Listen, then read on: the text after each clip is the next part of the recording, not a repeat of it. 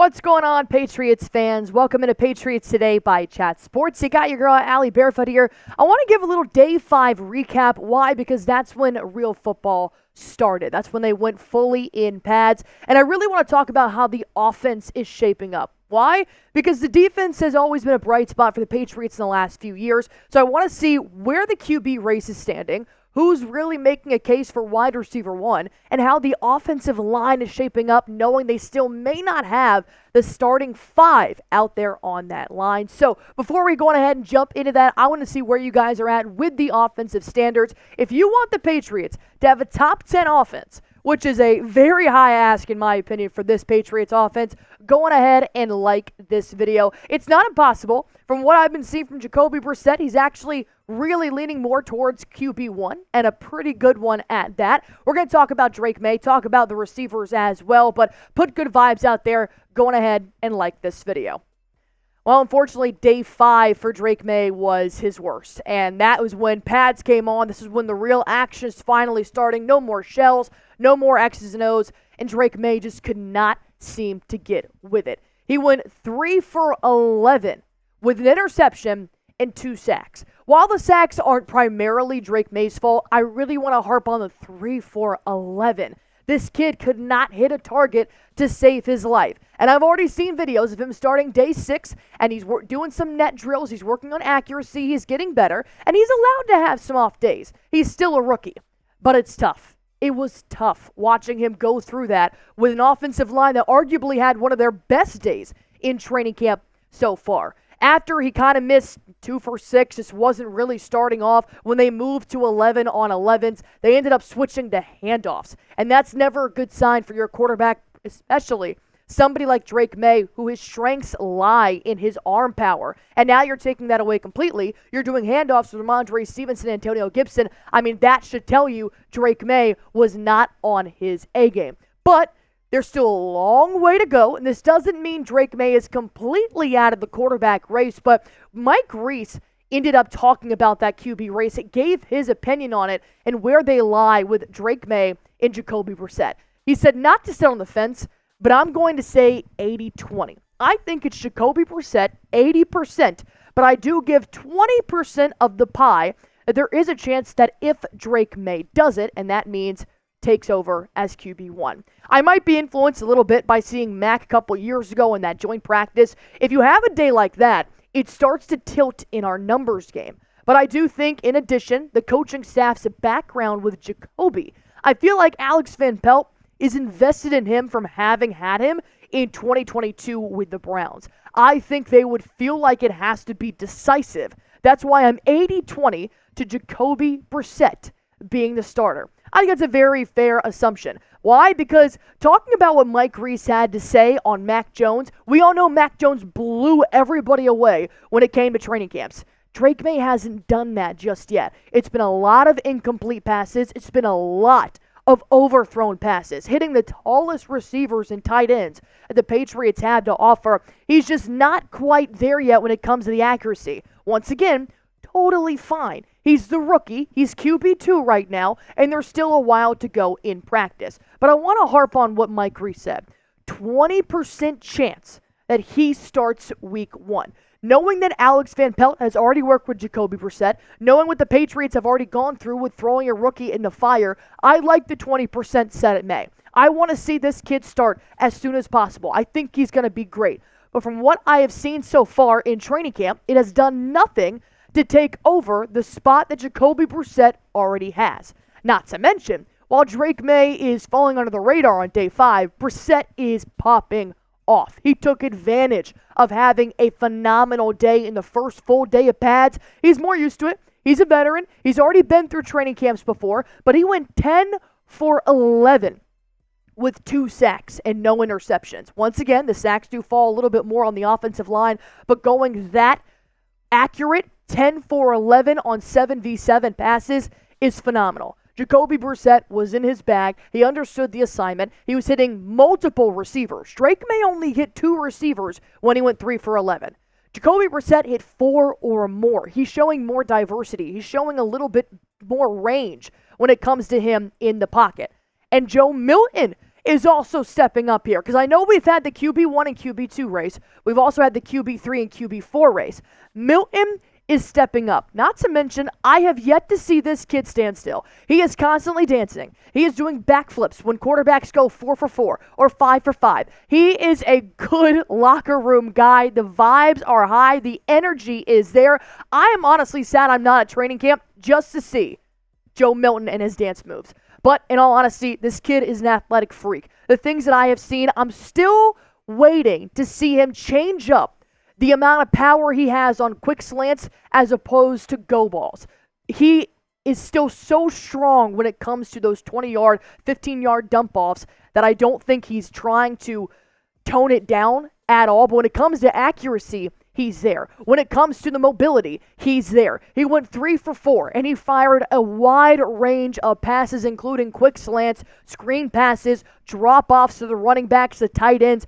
Joe Milton is really showcasing he's got a wide range as a quarterback 3, which does lead me to believe Bailey Zappe's gone. He's taking the least amount of reps right now. However, Drake Maye is making sure that Joe Milton is still pressured, because Milton, he fumbled a snap coming in from Nick Leverett and immediately took him out, put Bailey Zappe in. He's not letting any mistakes go by, but I do think Bailey Zappe at this point, he's done, he's gone. He may be stuck around on practice squad, but I think they could actually end up cutting him, waiving him, possibly trading him for a draft pick, but I have no faith left in Zappe.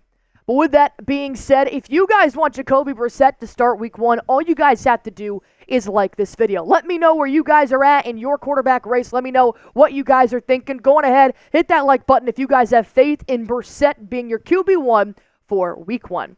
And while you guys are doing that, I want to make sure you are 110% up to date on the number one way I try to get tickets to any event, any concert, any game. I use Gametime. This is my favorite app. It's right there on the first button in my home screen. I use this for last minute tickets. I use this for the best deals on tickets. But the number one reason why I love using Gametime is because they actually show me what I will be seeing from the seat that I have purchased. I have never seen that before. It's a little 3D view, especially to arenas or events that I've never been to. But thankfully, I've been to Fenway Park several times. I know exactly where I want to sit. I like to go outfields when I get MLB games. I like the chance of possibly getting a home run hit right at me.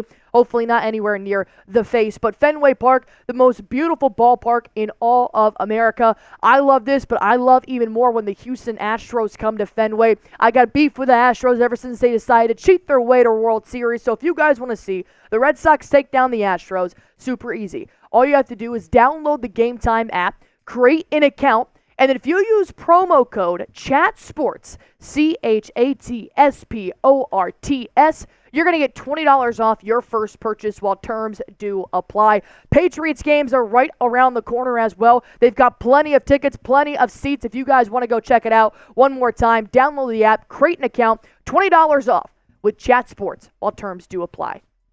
Let's switch over to the wide receiver core right now. Javon Baker is phenomenal. He is blowing every other wide receiver out of the water, including Jalen Polk, who was drafted ahead of Javon Baker. No slight to Polk, but Baker is the money maker. This kid is making diving plays, climbing the ladder, extending, making touchdown catches. He is showing off all of his skill sets at one. Not to mention, Baker was the top receiver in 11-on-11 drills with the starting offensive unit. He is now showing why he could possibly be a wide receiver 1 with the catches that he's making, with the nose for the ball that he has. He is really showing off his catching skills primarily. The play of the day came when Javon Baker mossed Alex Austin and Jalen Hawkins by climbing over them, catching the football, securing it, rolling out. It was beautiful. I have seen my timeline completely flooded with Javon Baker catches. And even the other wide receivers are starting to realize this. KJ Osborne, coming over from the Minnesota Vikings, had nothing but great things to say about the rookie, saying, I told him he reminds me of George Pickens. Bigger than that. Really, really, really talented. Like raw. You see him jump up, make big plays. He's a rookie, so learning the offense, the details of it. But I'm trying to tell the type of people he's going to face on Sunday, especially in this division. We go against some really good corners, so it's been exciting to see him continue to come along, continue to make plays, and I think he'll be a good player. That's huge, coming from a veteran like KJ Osborne. But we know that Javon Baker has been handed the name the touchdown maker. But I want to talk about Pop Douglas, who was the top receiver for the Patriots last year. He's been the most consistent so far that I've seen in training camp, while Javon Baker has been the most dominant. You want a big play? You need to get that first down. You need to have the go route. You need to have the deep ball. That's going to be Baker. You need the first down. You need the quick slant. You need the very reliable hands. You're going to go to Pop Douglas. But with what I've seen from Javon Baker, what do you guys say? Will he be wide receiver 1 for the New England Patriots? He has the most targets so far in training camp. He has the most receptions. Do we think this is leaning towards an Alex Van Pelt saying, hey, Baker, you're going to be wide receiver 1? Go ahead and comment what you guys think down below. Last thing, I want to touch on the offensive line because believe it or not, from what I have seen, they might not suck. And hear me out, because I know there's a long way to go, and it is just training camp, and I do understand that Gottschall, Judon, and Christian Barmore have not been participating on the defensive side of the ball. But here's the 5 they've been running with. We knew coming into training camp we weren't sure which 5. Well, here's what we've seen. Caedan Wallace has now switched over from right tackle to left. Wallace was a recent draft pick on day 2. Now you move Chuck all the way over to the right side. Believe it or not, Chuck is now the weakest point on this offensive line, as he was beat the most times on that right side. They moved Onwenu back to right guard, which I love. Now you got Onwenu and Sidy Sow at your guard positions. Nick Leverett is only playing center right now because David Andrews is currently hurt. But the good news is, as a whole, the offensive line beat the defense 23 times. They tied 13, and they lost only 3 reps against the defense.